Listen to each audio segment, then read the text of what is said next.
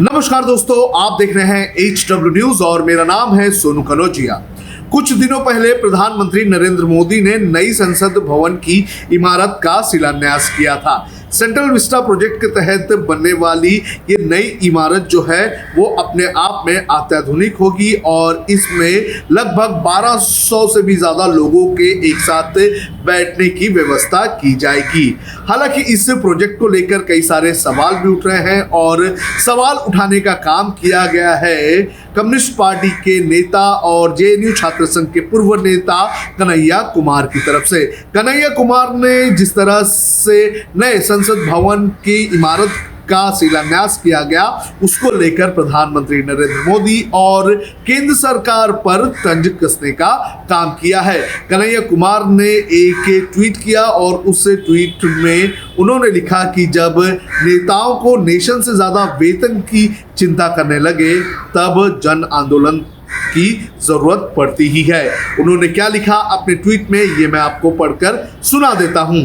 कन्हैया कुमार का ये ट्वीट इस वक्त आप आपकी स्क्रीन पर देख रहे हैं। कन्हैया कुमार ने लिखा कि जब नेताओं को वतन से ज्यादा अपने वेतन की, नेशन से ज्यादा कमीशन की, अन्नदाताओं से ज्यादा चंददाता की चिंता होने लगे तब देश के भविष्य की रक्षा नए संसद भवन से नहीं बल्कि जन आंदोलन से ही होगी।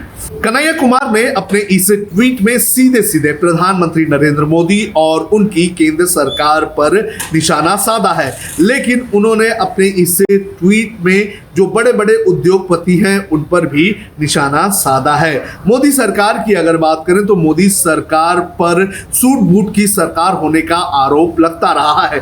खास तौर पर कांग्रेस ने इस तरह के आरोप लगाए हैं। राहुल गांधी ने भी कई बार ट्वीट करके ये कहा है कि मोदी सरकार जो है वो बड़े बड़े उद्योगपतियों की सरकार है और वो ज्यादा इन लोगों की चिंता करती है। और कन्हैया कुमार ने अपने इस ट्वीट की एक लाइन में लिखा है कि जब अन्नदाताओं से ज्यादा चंददाताओं की चिंता होने लगे, यानी कि अन्नदाताओं यानी कि किसानों की चिंता से ज्यादा आपको चंददाता यानी कि कॉरपोरेट्स की चिंता होने लगे तो देश में नए संसद भवन की जरूरत नहीं बल्कि देश की रक्षा जो है जन आंदोलन से होती है।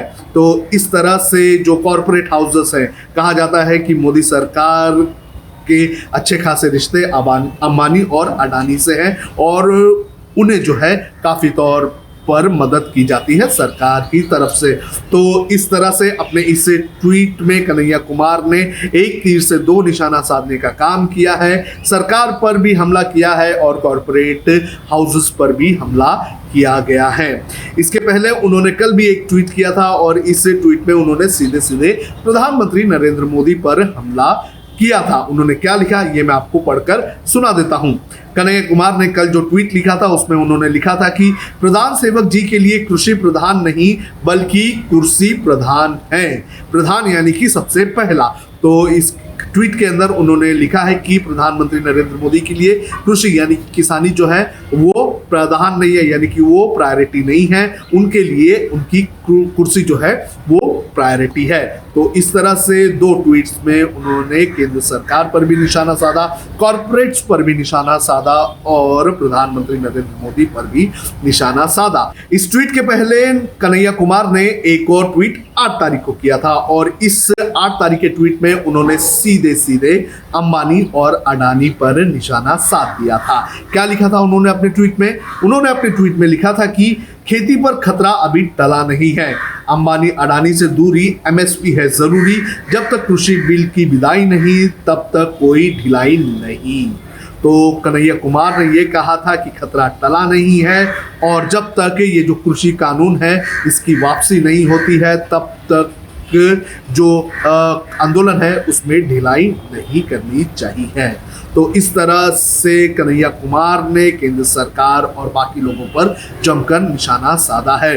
कृषि आंदोलन की अगर बात करें, जो किसानों का इस वक्त आंदोलन चल रहा है, आंदोलन अब और भी तेज होने की आशंका जताई गई है क्योंकि सरकार के कई सारे प्रस्तावों को किसानों ने मानने से इनकार कर दिया है और सरकार भी अब किसानों से बातचीत करने के मूड में नजर नहीं आ रही है।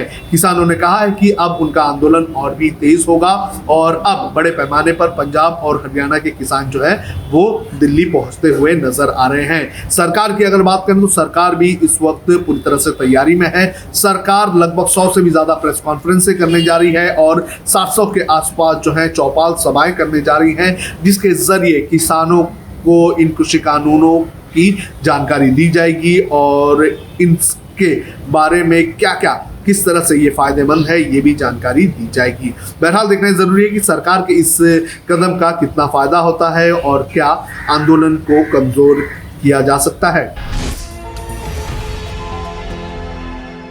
अब खबरें पाइए सबसे पहले हमारे मोबाइल न्यूज एप्लीकेशन पर। एंड्रॉइड या iOS प्लेटफॉर्म पर जाइए, HW न्यूज नेटवर्क को सर्च कीजिए, डाउनलोड कीजिए और अपनी सुविधानुसार भाषा का चयन कीजिए। खबरों की भीड़ में अपने काम की खबर पाते रहिए। अगर आपको हमारा ये वीडियो पसंद आया है तो आप इसे शेयर करें, फेसबुक पर हमारे पेज को लाइक करें, ट्विटर पर हमें फॉलो करें, यूट्यूब पर ज़रूर सब्सक्राइब करें ताकि आपको हमारे हर खबर की अपडेट मिलती रहे।